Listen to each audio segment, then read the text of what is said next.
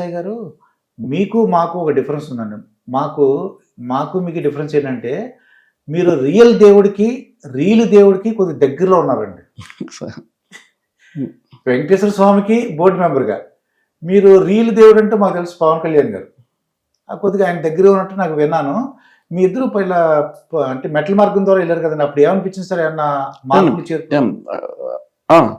ఎందుకంటే మేము మెట్ల దారి వెళ్ళేటప్పుడు మాకు కొంచెం మార్పులు డిస్కషన్ చేశారు.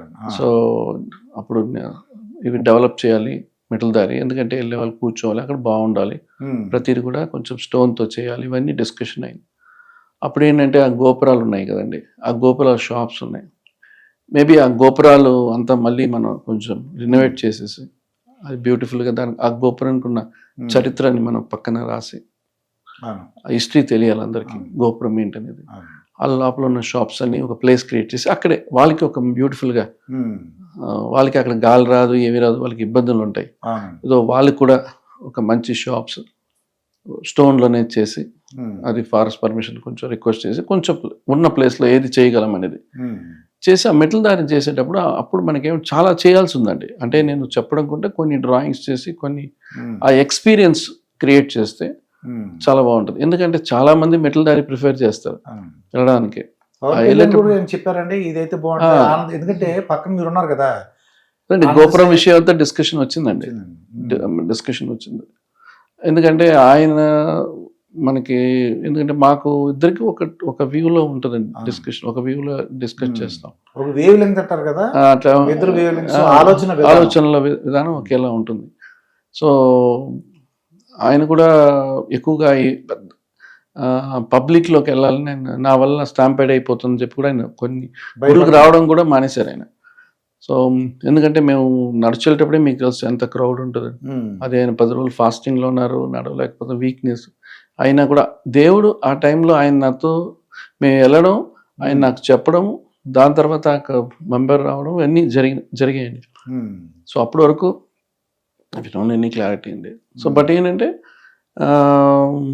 మెట్ల దారి ఒకటిను అండ్ ఫ్రంట్ మన ఆర్చ్ అండ్ కొన్ని ఏరియాస్ అన్ని కొంచెం ఫోకస్ చేయండి, డెవలప్ చేయాలి కదా, బాగా కనిపించేటట్టు.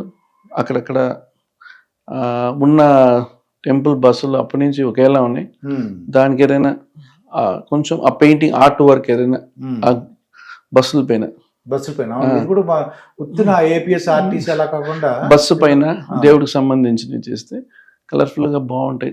అంటే చూడడానికి భయపడాలండి. ట్రెడిషనల్ అంటే అంత చెప్పులు వేసుకొని వెళ్ళాలా, కొండ ఎక్కిన వెంటనే మేము చెప్పులే లేకుండా మైండ్ తీసుకొని రావాలి. గుడి దగ్గర కాదండి, బయటే. ఆ రకంగా ఎక్కడ చూస్తే అక్కడ ముగ్గులేయాలి, ఇవన్నీ చాలా ఉన్నాయండి. మనం అనుకుంటాం చేయలేమని ఏమీ లేదు. అసలు బోర్డు మెంబర్ పవన్ కళ్యాణ్ మీకు ఎలా ప్రపోజ్ చేశారని అంటే టాక్ అంటే ఎక్కడ ఫ్లైట్ లో జరిగినట్టు నాకు విన్నానండి సార్.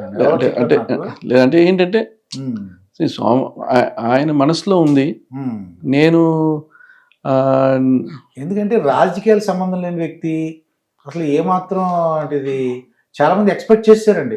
నేనైపోతున్నాను చెప్పారండి అందరికి. అంటే అడ్వాన్స్ అది కంగ్రాచులేషన్స్ అని అలా పెట్టారండి అందరూ కూడా. తెలుస్తారు ఎవరు, మేము ఎవరో ఆశ్చర్యపోయాం, ఎవరి ఆనంద సాయి గారిని ఎత్తుక్కోవాల్సి వచ్చిందండి.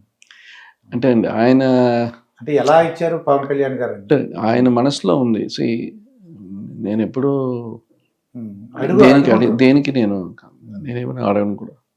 సో నాకు దేవుడు రాసి పెట్టారు అనేది ఉంటుంది. బట్ ఆయన మనసులో వచ్చి ఆయన చెప్పారు నాకే. నేను ఇమ్మీడియట్గా నేను వెరీ హ్యాపీ టు ఆయన హక్ చేసుకొని చెప్తే ఒకటే మాట, నేను ఎట్లా చెప్పాను, నాకు మేబీ దేవుడు చేయించుకున్నాడు, అదే నీకు చెప్తున్నా, నాకు నువ్వు చెప్పక్కర్లే, దేవుడికి చెప్పాను. సో ఇదొక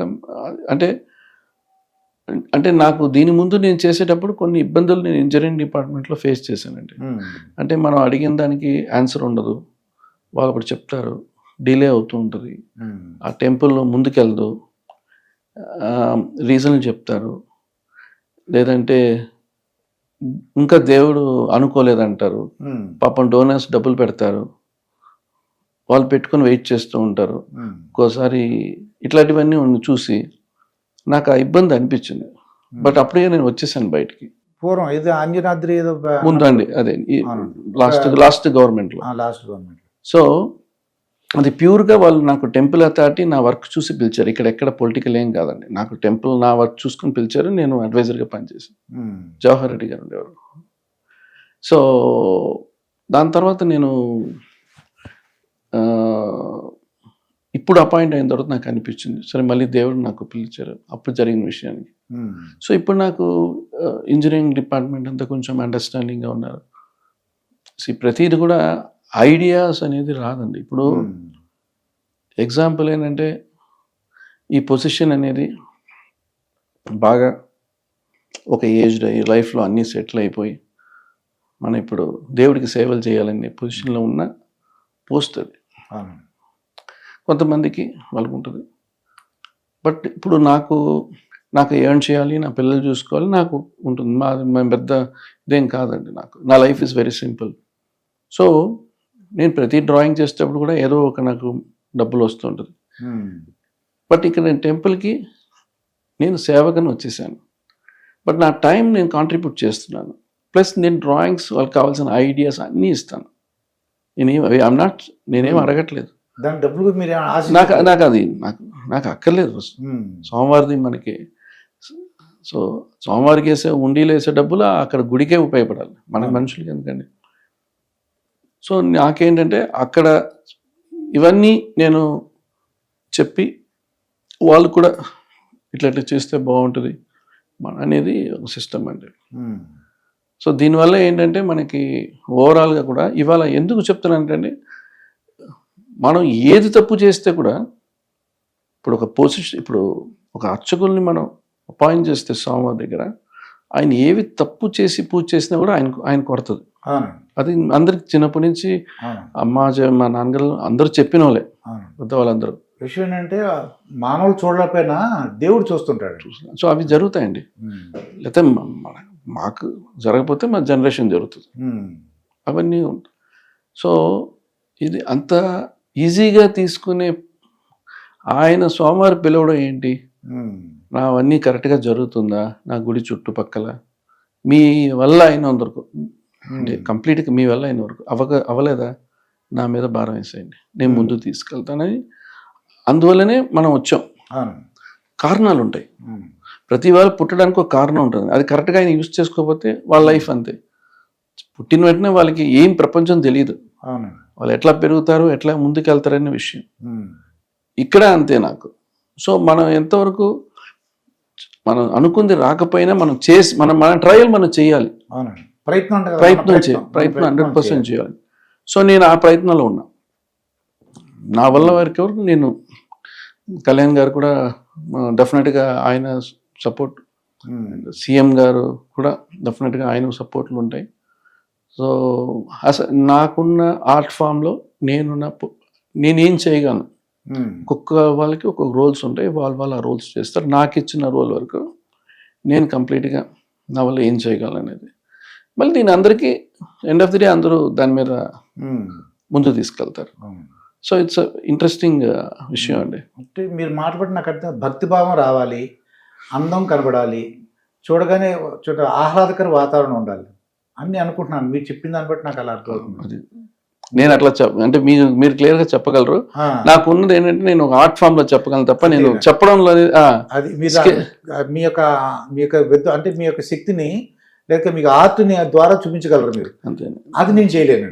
అందుకోసం ఎందుకంటే చెప్పడం అనేది వేరే, అంటే నాకు అంత డిఫికల్ట్ నాకు ఎక్స్ప్లెయిన్ చేయడం. మీరు స్పిరిచువల్ పర్సన్గా ఉండక్కర్లేదు, చేసే పని కరెక్ట్గా చేస్తే చాలు. సో దీంట్లో అంటే చాలా మనం సెలబ్రేట్ చేసుకునేంత పోస్ట్ కాదండి, రెస్పాన్సిబిలిటీ పోస్ట్. అది మనం గ్రహిస్తే ఇట్స్ అండ్ మా వల్ల ఈఓ గారికి, జేయూ గారికి, డిపార్ట్మెంట్కి, చైర్మన్ గారికి సపోర్టివ్గా ఉండాలి కరెక్ట్గా. అంటే ఇప్పుడు మన ఇచ్చిన 10 మంది కూర్చొని దాన్ని చేయొచ్చా లేదా ప్రాక్టికల్ అన్నీ చూస్తారు. ఆ ఇనిషియేటివ్ అన్నీ వెళ్తే ఇప్పుడు చాలా బాగుంటుంది.